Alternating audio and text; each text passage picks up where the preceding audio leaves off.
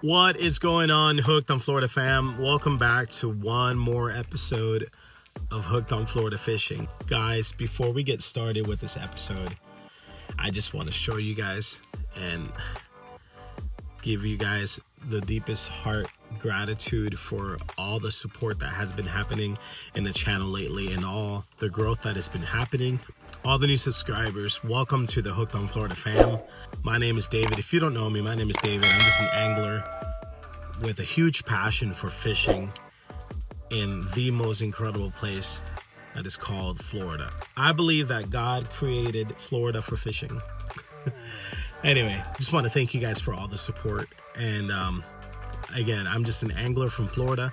I grew up fishing, love fishing, and just want to share my passion with you guys and in the steps of fishing and all the videos. Hopefully you guys can learn a thing or two from me, or maybe I'll learn something from you guys, which I have been. I appreciate your comments. I love when you guys throw a comment and give me tips on different things. That means the world to me when you guys do that. So thank you so much for the support. So yeah, like the title says, today we're just basically I'm showing you how I keep my fiddler crab alive. I went fishing yesterday and was able to get a hold of a good amount of fiddler crab. Because it's been so difficult to be able to get a hold of fiddler crab, I decided once I can get my hands on some, I'm gonna buy enough so that I can store them myself, and whenever I need to go fishing, I pick up a dozen and take them and go fishing. So that's basically what we're doing. I want to show you guys how easy it is to keep your own fiddler crab alive or to farm them. The setup that I have, I want to show you guys step by step on what I've done to keep these fiddler crab alive.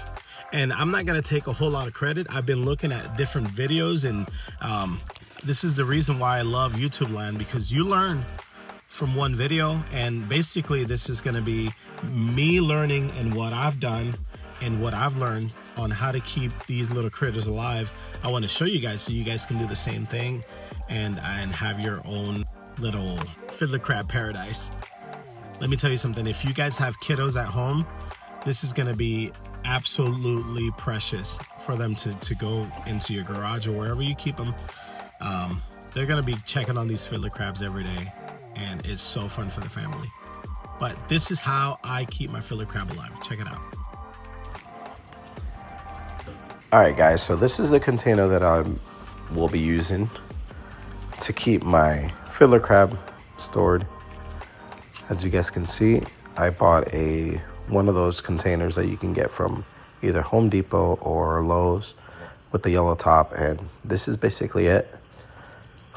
So all that I did was go out to a body of water that is bracket, and I filled up a whole 5-gallon bucket of sand and dumped it in this container, which the sand goes pretty deep depending on the size of the container that you get. And then basically just put the fiddler crab in there. And as you guys can see, they already begun digging holes and making their holes, which is looking awesome. So all you want to do is basically put the sand in there and do not leave the area without some brackish water. You'll see why later. So as you guys can see, we have a ton of fiddler crab just happily running around. With this whole transition and the overnight, we did lose about 1 or 2, which was pretty normal. But overall, even the bait shops do lose 1 or 2 every now and then, daily. But as I was getting the sand for the container, I did find, see, as you guys can see in the video, there's one of the crabs that we lost. I think we found about 2 of them. There's 2 there. So 2 fiddler crab that didn't really make it, but it's completely normal. It happens. So as you guys can see, the stick that I put in there, I found it right in the habitat. And they seem to climb on it and love it. So, but as you guys can see, the crab are nice and healthy. They're nice and alive. And they're doing well.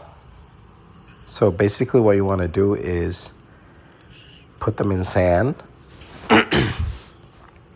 You're going to have your brackish water in a container, and you want to spray them with this water daily.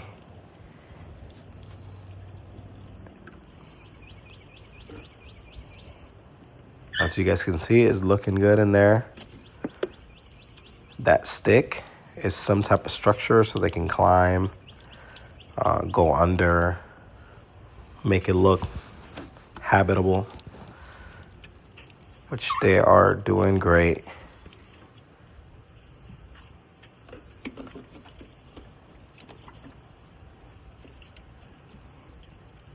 So this is a very good idea if you want to store fiddler crab and you don't want to go around looking. So what I'm doing here is I'm basically trying to make a spot so that the fiddler crab can go to and have some water, kind of replicating, you know, the transition between sand and water. But one of the funniest things that I found here was like, there was a ton of crab when I bought them. And as I was digging through the sand, I found some all the way at the bottom. I found some crab that were dug all the way at the bottom. And I was thinking that they were, you know, if I find some, that they were going to be dead. But to my surprise, as I kept digging and digging, I found some alive fiddler crab at the bottom of the sand.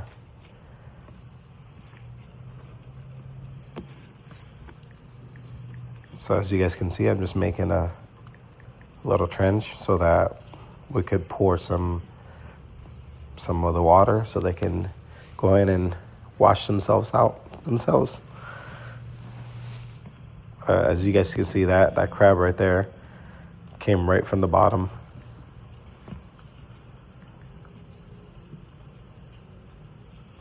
And there's another one. He was all the way at the bottom, and look, he's nice and alive. But it was interesting to see how, there's another one there. It was very interesting to see how their survival skills when it comes to sand and everything.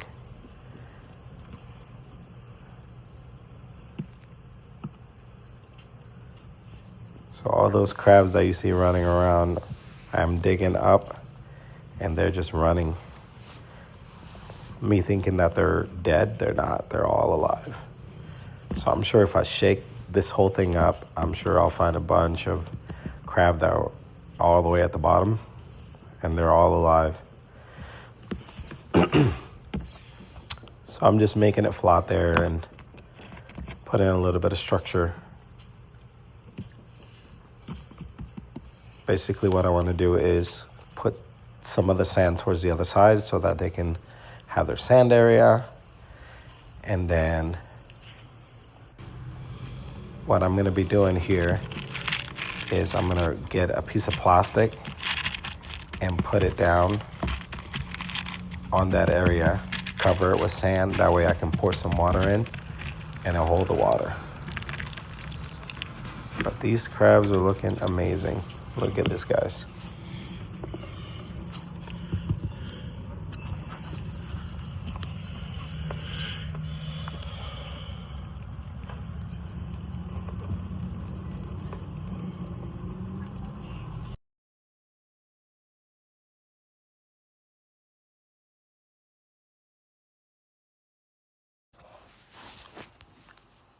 They look beautiful. So these fiddlers should last a good 2.5 months if you care for them properly. Make sure that they're being washed, make sure that they have their proper sand and all that good stuff. But they look like they're healthy.